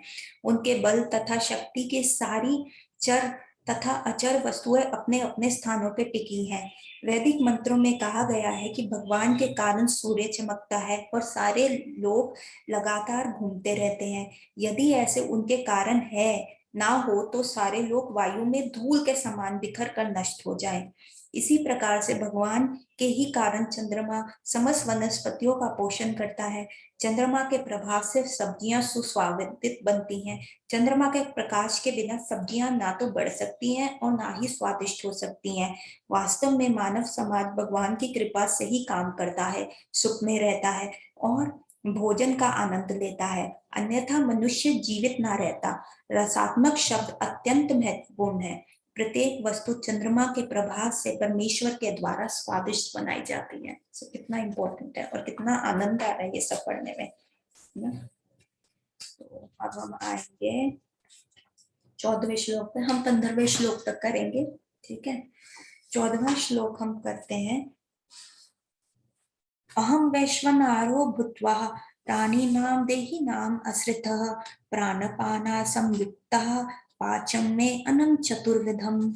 तो भगवान बता रहे हैं कि मैं ही वो फायर हूँ, जो तुम्हारे पेट में वो फायर है ना। भगवान ने सूर्य का एग्जाम्पल दे दिया कि सूर्य कितना इंपॉर्टेंट है, चंद्रमा का एग्जाम्पल दे दिया, अब भगवान अग्नि का एग्जाम्पल दे रहे हैं। कह रहे हैं अच्छा तुम सोच रहे हो तुम अपनी फायर बना सकते हो, अच्छा तुम जठराग्नि की फायर बना लो, जो तुम्हारे पेट में फायर चलती है, जो तुम्हारे पाचन शक्ति बढ़ाती है। हल्का सा पाचन तुम्हारा खराब होता है तो तुम्हें डकार आने शुरू हो जाता है, तुम्हें को कॉन्स्टिपेशन हो जाती है। और साइंटिस्ट इतना ज्यादा मनी वेस्ट करके एनर्जी वेस्ट करके एक चीज पचाने में समर्थ नहीं है। कोई भी ऐसा सिस्टम नहीं है, एक बार तुम उस चीज को बिगाड़ देते हो, जठराग्नि को बिगाड़ देते हो, तुम कितने परेशान होते हो। मतलब आजकल मैक्सिमम नंबर ऑफ पेशेंट्स हमारे पास आते हैं, डॉक्टर साहब कॉन्स्टिपेशन हो रहा है, डॉक्टर साहब इंडाइजेशन हो रहा है, एसिडिटी होता है, यहाँ जलन जलन हो रहा है, पाचन प्रक्रिया अच्छी नहीं है, बहुत खराब है, दिक्कत रहती है, एसिडिटी लिवर एनलार्ज। क्या है, भगवान कहते देखो मैं तुम्हारी वो जठराग्नि हूँ जो खराब कर देते हो तुम, मैं वही चीज हूँ जो तुम्हारे को पाचन में हेल्प कर रहा है, और जरा सा वो बिगड़ता है तो तुम हिल जाते हो। भगवान कह रहे हैं इस श्लोक में, मैं प्रत्येक जीव के हृदय में आसीन हूँ, मुझसे ही स्मृति ज्ञान तथा विस्मृति होती है। मैं ही वेदों वाला ओ सॉरी, ये 15वां श्लोक का मैं तात्पर्य पढ़ रही हूँ। 14वें श्लोक का तात्पर्य है मतलब है, मैं समस्त जीवों के शरीर में पाचन अग्नि वैष्णव हूँ, और मैं श्वास प्रवास मतलब प्राणवायु में रहकर 4 प्रकार के अन्नों का पाचन करता हूँ। 4 प्रकार के जो भी डाइजेशन, फूड डाइजेशन में जो है भगवान हमारी जो है हेल्प कर रहे हैं। ठीक है। आयुर्वेद शास्त्र के अनुसार अमाशय पेट में अग्नि होती है जो वहां पहुंचते भोजन को पचाती है। जब ये अग्नि प्रज्वलित नहीं रहती तो भूख नहीं लगती, और जब ये अग्नि ठीक रहती है तो भूख लगती है। मतलब जब ये अग्नि खराब हो जाती है ना, तभी हम कहते हैं लॉस ऑफ एपेटाइट हो गया है। कभी कभी जब अग्नि मंद हो जाती है तो उपचार की आवश्यकता होती है। जो भी हो, ये अग्नि भगवान की प्रतिनिधि स्वरूप है। वैदिक मंत्रों में भी पुष्टि होती है कि परमेश्वर या ब्रह्म अनिरूप में अमस्य के भीतर स्थित है। अमस्य मतलब पेट के अंदर स्थित है, और समस्त प्रकार के अन्न को पाचन पचाते हैं। मतलब हर प्रकार के अन्न को वो पचाने की क्षमता देते हैं। क्योंकि भगवान सभी प्रकार के अन्नों को पाचन में सहायक होते हैं, अतएव जीव भोजन करने के मामले में स्वतंत्र नहीं है। हम जो कहते हैं हम खाना खा रहे हैं, हम उसको डाइजेस्ट कर रहे हैं, हम टेस्ट ले रहे हैं, टेस्ट भी भगवान दे रहे हैं। चंद्रमा को कहते हैं कि सब्जियों में टेस्ट दो, फलों में टेस्ट दो, और पचाने में भी हेल्प कर रहे हैं। मतलब हम कहाँ स्वतंत्र रहता है, हम तो हर चीज पे भगवान के लिए डिपेंडेंट है, पर हम आंख बंद करके वो मानते ही नहीं है, हम इतने ढीठ हैं। जब तक परमेश्वर पाचन में उसकी सहायता नहीं करते तब तक खाने की कोई संभावना नहीं है। इस प्रकार भगवान की अन्न का उत्पन्न करने और वे ही पचाते हैं, उनकी ही कृपा से हम जीव आनंदित उठते हैं। वेदंता सूत्र में भी इस पुष्टि की गई है। शब्देभ्यो अंतः प्रतिष्ठानाच्च, भगवान शब्द के भीतर है, शरीर के भीतर है, वायु के भीतर, तथा यहाँ तक कि पाचन शक्ति के रूप में भी अमाशय मतलब पेट में भी उपस्थित है। अन्न भी 4 प्रकार के होते हैं। कुछ निगले जाते हैं, जैसे हम पानी पीते हैं पेय अन्न। कुछ चबाए जाते हैं, जैसे हम भोजन करते हैं रोटी खाते हैं। कुछ चाटे जाते हैं, जैसे आप अचार चाटते हो, तथा कुछ चूसे जाते हैं, जैसे आप मौसमी चूसते हो, चौष्य। भगवान सभी प्रकार के अन्नों की पाचक शक्ति है। ठीक है, तो कितना इम्पोर्टेंट है, हम कितना भगवान से डिपेंडेंट है। 15वें श्लोक पे आते हैं। ये आज का लास्ट श्लोक करेंगे, फिर हम बाकी कल कंटिन्यू करेंगे। सर्वस्य चाहं हृदये संविष्टो मथा स्मृति ज्ञानम अपहूनम च वेदश्च सर्वैरहम् एव वेद्यो वेदन्ता कृत वेदविद एव च हम। तो इसमें भगवान कह रहे हैं, मैं प्रत्येक जीव के हृदय में आसीन हूँ, और मुझसे ही स्मृति ज्ञान तथा विस्मृति होती है। मैं ही वेदों के द्वारा जानने योग्य हूँ। निसंदेह मैं वेदांत का संकलन कृत तथा समस्त वेदों को जानने वाला हूँ। ठीक है। तात्पर्य शिला प्रभुपाद द्वारा, शिला प्रभुपाद की जाए। परमेश्वर परमात्मा रूप में प्रत्येक जीव के हृदय में स्थित है। उन्हीं के कारण सारे कर्म प्रेरित होते हैं। जीव अपने विगत जीवन में सारी बातें भूल जाता है, लेकिन उसे परमेश्वर के निर्देश अनुसार कार्य करना होता है, जो उसके सारे कर्मों का साक्षी होता है। जो हमने 2 वर्ड्स का एग्जाम्पल दिया था, तो हम तो भूल जाते हैं हमने पिछले जन्म में कौन सा फ्रूट खाया, क्या किया, क्यों आज हम दुख भोग रहे हैं, क्यों हमारे साथ ऐसा प्रॉब्लम हुआ, क्यों कोरोना टाइम आया, क्यों हम ऐसे, हमारी लाइफ में इतने कष्ट आते हैं। क्योंकि जीव तो हमेशा आदि दैविक आदि भौतिक आध्यात्मिक कष्टों में रहेगा ही रहेगा। आदि भौतिक कष्ट क्या होते हैं, बिजनेस फेल हो गया, उस बंदे ने मेरे को ऐसे बोल दिया, उसने मेरा अपमान कर दिया, तो ये सारे आदि भौतिक कष्ट होते हैं। कोरोना आ गया, लॉकडाउन लग गया, कैसे कमाएंगे। आध्यात्मिक कष्ट क्या होता है, जो अंदर से आता है, डिप्रेशन हो रहा है, और आदि भौतिक कष्ट वो भी होते हैं जो हमें दूसरे जीवों से भी मिलते हैं, जैसे मच्छर ने काट लिया, मलेरिया हो गया, डेंगू हो गया, कोरोना हो गया। आध्यात्मिक कष्ट वो होते हैं जो हमें आता है, डिप्रेशन हो रहा है, हमारा सम्मान नहीं हुआ, ईर्ष्या आ रही है, गुस्सा आ रहा है, तो ये भी तो कष्टदायक है ना। ईर्ष्या की अग्नि में जल रहे हो, गुस्से की अग्नि में जल रहे हो। और तीसरा होता है आदि दैविक कष्ट। आदि दैविक कष्ट कैसे होगा, कभी बाढ़ आ गई, कभी सूखा पड़ गया, कभी प्रचंड गर्मी पड़ गई, कभी इतनी ज्यादा ठंड पड़ गई, यही भी तो कष्ट ही है। तो हमेशा हम इन कष्टों में घूमते रहते हैं और हम उसमें क्या करते, तो हमें ये याद नहीं रहता कि हम ऐसे करा था, हमें ये सीख लेनी चाहिए। परंतु जो शास्त्र है हमें ये ज्ञान देते हैं कि हाँ, इनसे आपको निकलना है, शास्त्रों पे हमें भरोसा करना पड़ेगा। और जो भगवान है वो तो जानते हैं ना कि हम कष्ट क्यों भुगत रहे हैं, क्योंकि हमने ये बुरा कार्य करा है। तो जो कर्म का खेल है ना वो बिल्कुल सटीक है, किसी को भी उसके उसके भाग्य से ज्यादा नहीं मिलता और कम नहीं मिलता। जो भौतिक चीजें होती है ना वो सब निर्धारित है, लेकिन आध्यात्मिक प्रकृति की जो इंडिपेंडेंस है वो हमारी इच्छा पे है। हमें भगवान के धाम जाना है, अगर ये प्रबल इच्छा हो जाए ना तो फिर ये भौतिक विपदा सब खत्म हो जाएगी। तो ये तो सब आधारित है। तभी तो आप देखिए रजनीकांत घर बैठे बैठे उनको पीएचडियां मिल जाती है किसी भी यूनिवर्सिटी से, कि आपको यूनिवर्सिटी भी नहीं जाना, ये भी नहीं करना। और हमें क्या करना पड़ता है, इतनी मेहनत करनी पड़ती है। इतनी मेहनत करके भी कई लोगों को पीएचडी नहीं मिलती चाहते। तो ये जो भौतिक स्थिति है ना कि कितना आपको मान मिलेगा, सम्मान मिलेगा, कैसे लोगों के बीच में रहोगे, तो ये सब जो है फिक्स है। लेकिन हमारी प्रबल इच्छा जो होती है ना वो हमें आगे बढ़ाती है आध्यात्मिक की ओर, भगवान की ओर। हम अपना जीवन कैसे चेंज कर पाएंगे इस प्रबल इच्छा से। तो भगवान ने ना सबके लिए खाना निश्चित किया हुआ है। तो कृष्ण ने ना, god has decided every worm for the bird, मतलब हर हर पक्षी का जो खाना है ना वो निश्चित है। लेकिन भगवान होम डिलीवरी नहीं करेंगे, he doesn't drop that in his nest, तो उसके लिए आपको प्रयत्न करना पड़ेगा। तो आपको जाना पड़ेगा। परंतु ये आध्यात्मिक इच्छा इतनी प्रबल कर लो, अगर इतनी मेहनत कर लोगे ना तो ये भौतिक स्थिति जो है ना आपको प्रॉब्लम नहीं क्रिएट करेगी। अतः वह अपने विहित कर्मों के अनुसार यह कार्य करना प्रारंभ करता है। इसके लिए आवश्यक ज्ञान तथा स्मृति उसे प्रदान की जाती है, वो इंटेलिजेंस भी भगवान देते हैं। अगर भगवान आपकी इच्छाएं पूरी करते हो, आपको मांगना आना चाहिए। अगर आप अच्छा मांग रहे हो तो भगवान का काम क्या है, तथास्तु बोलना। परंतु हमें मांगना नहीं आता। हम ऐसी चीज मांग लेते हैं ना जो हमारे लिए आगे फ्यूचर के लिए खराब हो जाए। तो पहले मांगना सीखो, पहले अच्छे बेगर बनो, उसके बाद आगे बढ़ो। तब तो भगवान तो देंगे ही ना, वो तो आपकी इच्छाओं के लिए तथास्तु कहते ही हैं। यदि आपको मुझे नॉनवेज खाना है तो ठीक है, तथास्तु, अगली बार कार्निवोरस एनिमल बन जाओ, शेर बन जाओ। आपको नहीं नहीं नहीं मुझे ये चाहिए, सोना चाहिए, मुझे बहुत चांदी चाहिए, मुझे ऐसा करना है, तो भगवान कहेंगे तथास्तु, जाओ सांप बन जाओ। वही सोने के ऊपर फन जमा के बैठा रहता है, बन जाओ तुम सांप बन जाओ, कोई दिक्कत नहीं।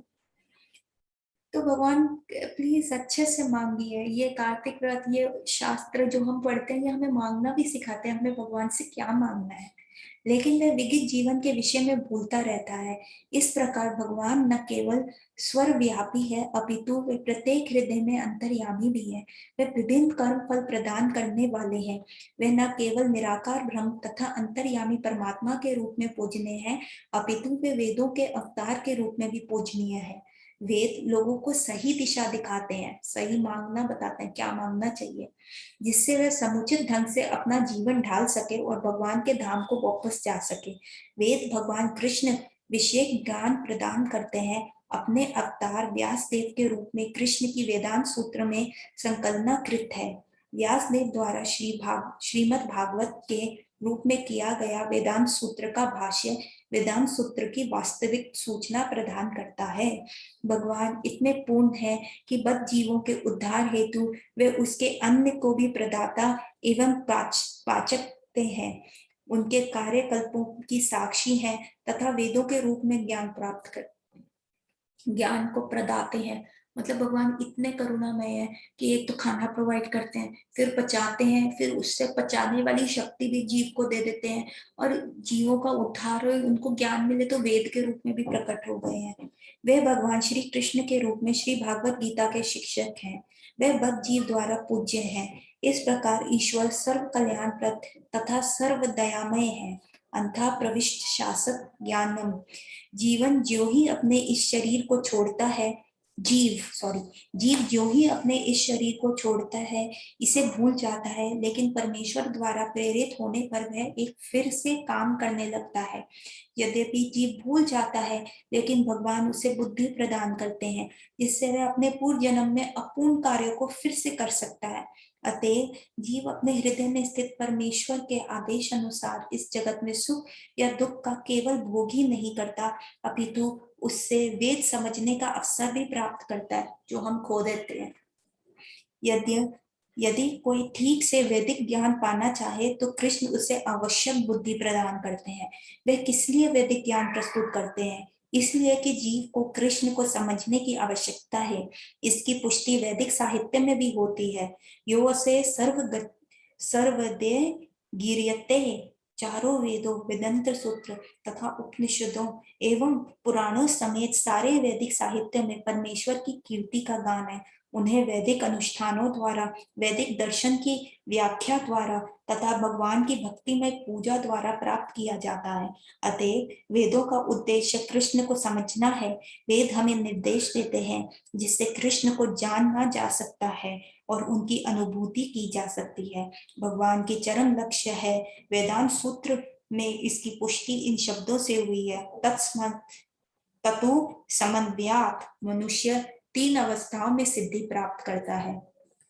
वैदिक साहित्य के ज्ञान से भगवान के साथ अपने संबंध को समझा जा सकता है, विभिन्न विद्याओं के संपन्न करने उन तक पहुंचा जा सकता है और अंत में उस परम लक्ष्य श्री भगवान की प्राप्ति की जा सकती है।